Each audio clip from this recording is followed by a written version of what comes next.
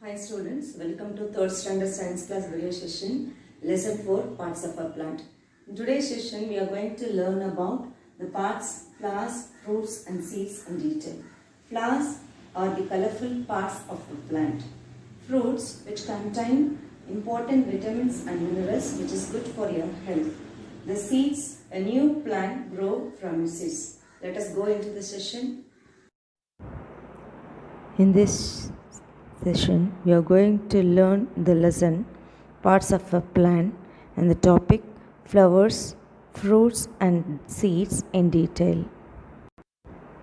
A flower, sometimes known as a bloom or blossom, is the reproductive structure found in flowering plants.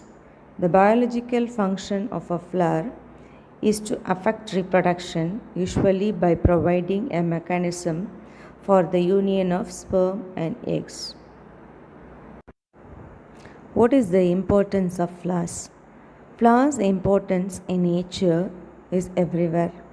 They can feed insects, birds, animals, and humans, provide natural medicines for humans and some animals, and aid in a plant's reproduction by enriching outside pollinators. Without flowers, plants would merely be green and the world would be a duller place. Now let us learn the uses of flowers. The flowers used for decoration. Flowers are very used to decorate in different ways. The aroma, which means the sweet smell. The aroma of flowers are often extracted and used for perfume and aromatherapy.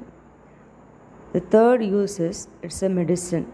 Many flowers and other parts of a plant have purported medicinal properties which have been used since the ancient times. Now let us learn the parts of a flower. Petal, the parts of a flower that are often conspicuously colored. Stamen, the pollen producing part of a flower, usually with a slender filament supporting the anther.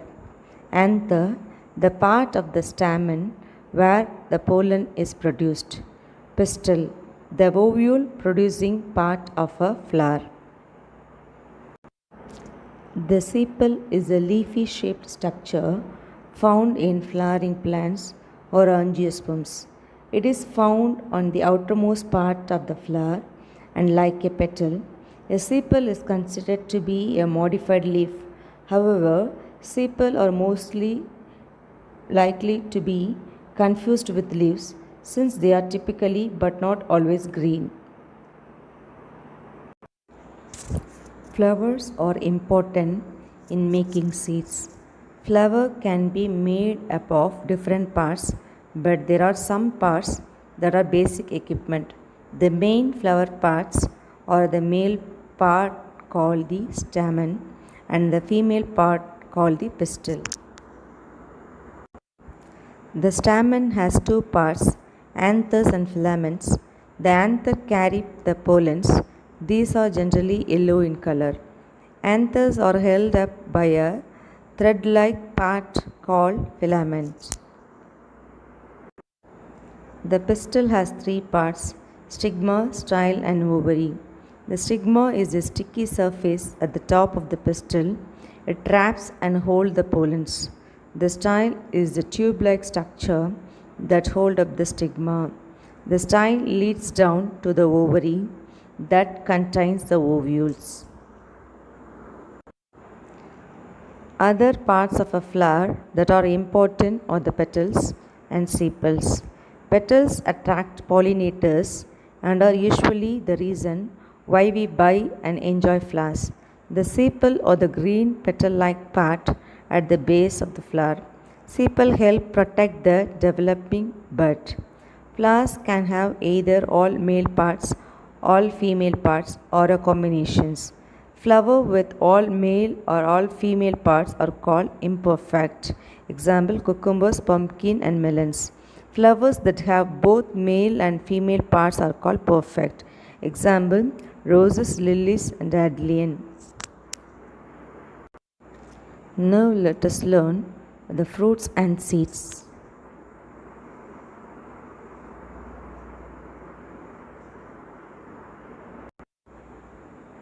The seeds and fruits are the result of fertilization or sexual reproduction. In plants, the ovary in angiosperms develops into the fruit, whereas the ovules become the seeds enclosed within the fruits. Seeds are found both in gymnosperm and angiosperm. Now let us learn fruits with one seed. Drupe in botany, simple fleshy fruit that usually contain a single seed, such as cherry, peach, and olive.